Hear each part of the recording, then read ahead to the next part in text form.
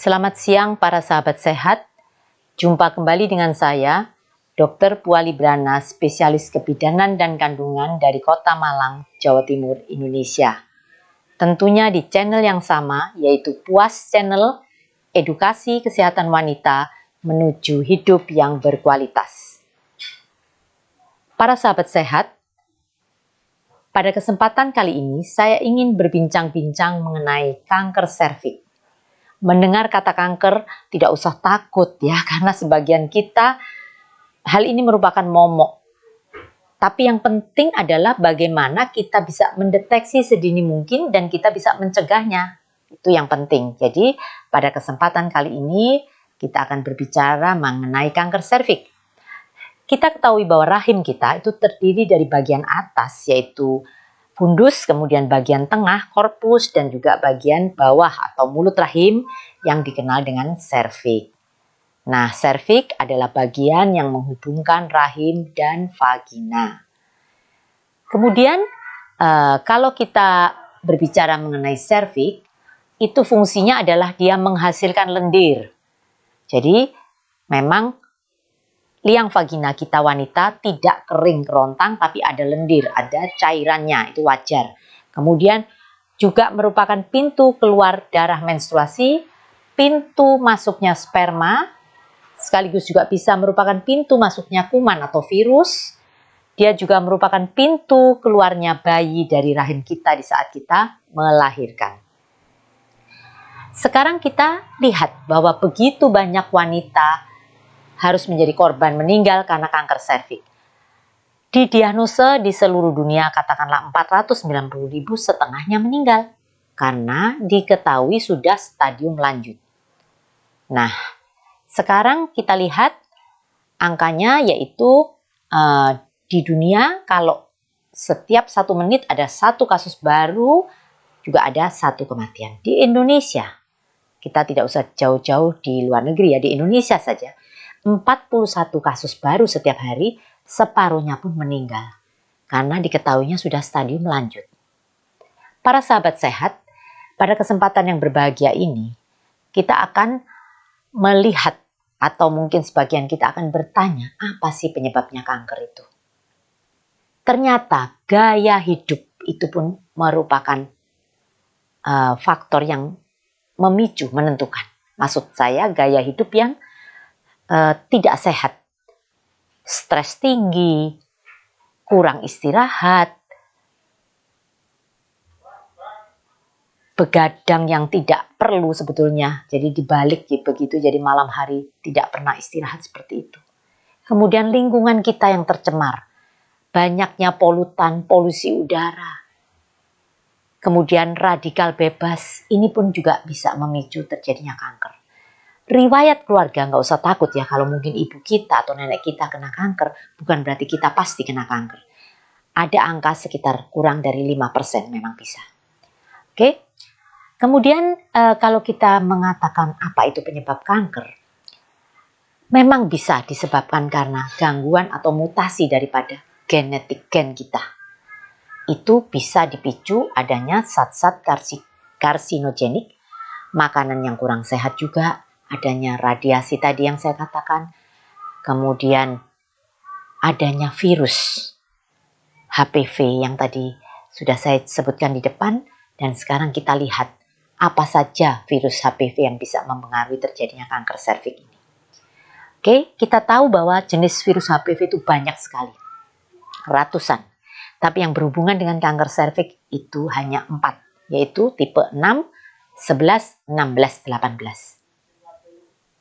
Nah, kemudian berkembang lagi dari tipe-tipe HPV ini, nanti ada vaksin yang bisa mencegahnya.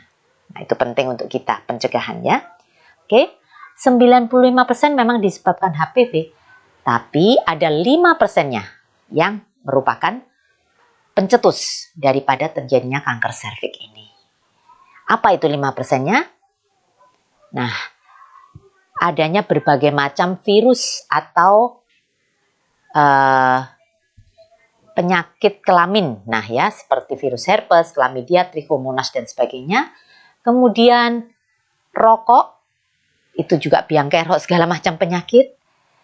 Kemudian kekebalan tubuh yang rendah. Nah, seperti saya jelaskan pada paparan yang lalu, apapun penyakitnya, pasti biang keroknya adalah masalah stres. Itu akan menyebabkan kekebalan tubuh kita akan drop down.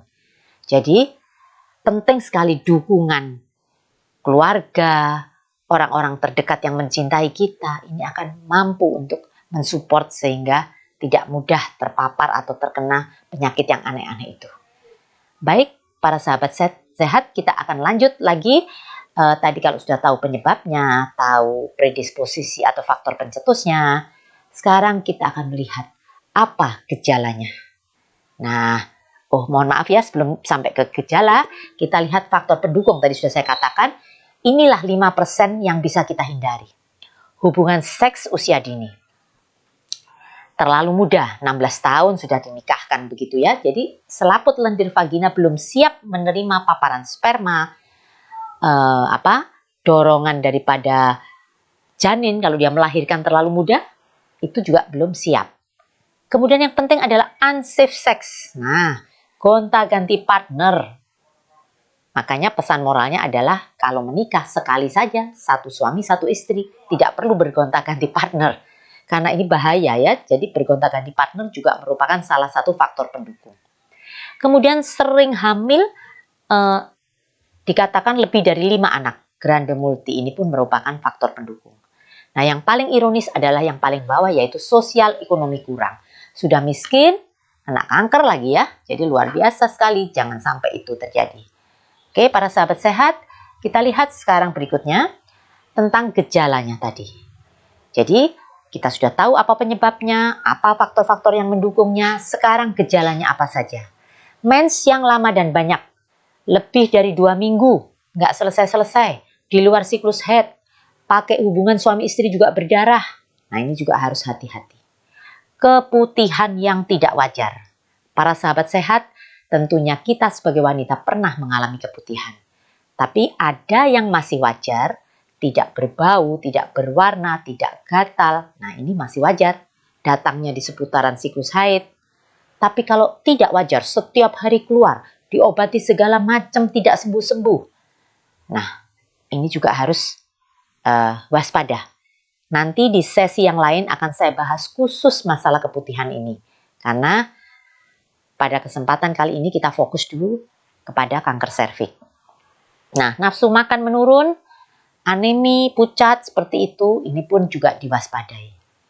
Para sahabat sehat, dengan 5 gejala yang saya paparkan ini tidak bisa dipisahkan satu-satu. Misalkan, ini contoh, waduh, ya saya bulan ini kok mens nggak selesai-selesai nih. Besok sudah mau memasuki bulan puasa, saya masih mens saja. Sudah 3 minggu masih keluar terus. Apa saya kanker serviks? Belum tentu. Jangan takut. Justru periksa. Karena penyebab mens yang banyak bisa karena gangguan hormon, bisa karena alat kontrasepsi, alat KB yang kita pakai tidak cocok, dan sebagainya. Jadi sekali lagi, gejala ini nggak bisa dibalik bahwa, kalau mensnya banyak, ini kanker serviks. Bukan ya. Tapi sebaliknya kalau dia kanker serviks, mungkin saja dia mengalami keputihan yang tidak wajar, berhubungan seks dengan suami kita berdarah, dan sebagainya. Oke, para sahabat sehat, itu tadi gejala-gejala yang mungkin bisa terjadi, bisa salah satu, atau bisa juga salah 2, dan seterusnya ya. Yang penting untuk kita kali ini adalah bagaimana kita bisa melakukan deteksi dini. Ya, tentunya dengan pemeriksaan rutin, ya sederhana saja. Di puskesmas pun bisa dilakukan IVA test, pap smear ya para sahabat sehat. Mungkin yang saat ini sudah berusia 35 tahun ke atas belum pernah pap smear, segeralah pap smear ya. Itu merupakan deteksi dini. Sedangkan kalau diketemukan ada sesuatu yang mencurigakan, ada deteksi lanjut. Ada juga yang bisa kita lakukan, yaitu vaksinasi HPV. Memang sayangnya sampai saat ini belum ada program vaksinasi HPV yang gratis dari pemerintah, seperti halnya vaksin COVID. Ya, vaksin HPV masih berbayar karena vaksinnya kita import. Tapi sekali lagi, mencegah lebih baik daripada mengobati. Kalau kita jujur saja, kita bisa berhemat. Tidak perlu mungkin bulan ini beli baju, beli sepatu, kita bisa melakukan vaksinasi HPV. Yang keempat yang paling penting tadi sudah saya sampaikan, bagaimana kita menghindari faktor pemicu tadi. Tidak boleh terlalu dini menikah atau melahirkan, tidak boleh gonta-ganti partner, ya, pola hidup sehat, kurangi stres, istirahat cukup, makanan sehat, itu semua merupakan strategi dari pencegahan. Para sahabat sehat, kalau pemeriksaan rutin kita lakukan, itu sederhana ya. Itu akan bisa ketahuan bahwa oh ini serviknya tidak mulus lagi, ada sesuatu yang perlu dicurigai. Dan dengan hal ini kita lakukan, tentunya tujuannya akan bisa mencegah terjadinya kanker serviks. Kita akan melanjutkan sedikit mengenai pap smear. Para sahabat sehat sudah tahu kan ya prosedurnya, dimasuki alat memang ke dalam yang vagina untuk kita oles serviks kita. Untuk para wanita yang belum menikah memang tidak bisa dilakukan pap smear. Tapi untuk kita yang sudah menikah bisa dilakukan ini. Luar biasa sekali manfaat daripada pap smear itu, bahwa kalau dilakukan minimal 1 tahun sekali bisa mencegah 93,5% kanker. 3 tahun sekali 90%. Karena pandemi mungkin 3 tahun kita tidak pap smear. Sekarang pandeminya sudah agak landai. Silahkan tetap patuh pada protokol kesehatan. Datang ke fasilitas kesehatan, periksa pap smear. Kalau memang diketemukan ada kelainan, masih bisa segera diobati. Kapan mulai bisa dilakukan pap smear? Tentunya setelah kita menikah. Sampai kapan? Sampai umur 65 atau bahkan lebih tua lagi masih boleh. Prinsipnya ini merupakan deteksi dini kanker mulut rahim. Memang tidak bisa untuk deteksi dini kanker payudara ya kalau pap smear ya. Nah, tadi saya katakan vaksin nih. Vaksin itu sekarang di sini saya sampaikan dalam slide ini ada 2 macam, quadriplet, 6 virus HPV yang dicegah dan 2. Tapi sekarang ada lagi nano, yaitu 9. Nah, kalau 9 tentunya lebih lengkap lagi, ini bisa untuk mencegah terjadinya kanker serviks. Para sahabat sehat, kalau di Indonesia, itu saya ditanya kapan orang boleh mulai vaksin, saya katakan setelah dia menstruasi. Kemudian kalau di Amerika memang lebih mudah. Bersyukur saya dengar di beberapa daerah di Indonesia sekarang pemerintah melalui Kemenkes tentunya mulai ada rencana vaksinasi massal untuk remaja putri mulai 9 tahun sampai 11 tahun sampai kelas 5 SD untuk mencegah terjadinya kanker serviks ini. Kemudian kalau memang sudah terdiagnosa, silahkan berkonsultasi dengan dokter spesialis kebidanan kandungan, konsultan onkologi khusus masalah kanker. Stadium dini tentunya bisa sembuh ya. Kalaupun sudah stadium lanjut, ada penanganan lebih lanjut selain operasi, ada kemo, ada radiasi dan sebagainya. Begitu saja yang bisa saya sampaikan para sahabat sehat. Sekali lagi dengan tayangan ini, jangan takut. Yang penting kita bertanggung jawab terhadap kehidupan ini, kita bisa mencegah sedini mungkin, kita lebih care, lebih menyayangi diri kita melalui bertanggung jawab terhadap kesehatan kita. Harapan saya melalui tayangan kali ini, para ibu, wanita yang sempat mengikuti channel saya, silakan untuk bertanya, komen, ataupun apa yang kurang jelas. Dan juga silakan membagikan edukasi ini kepada para wanita lain yang memerlukan.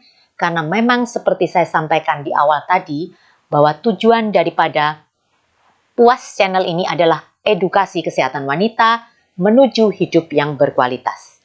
Berapapun usia kita, yang penting adalah tetap sehat, semangat, dan bermanfaat. Sampai jumpa di lain kesempatan. Salam sehat dari saya, Dr. Pua dari Kota Malang.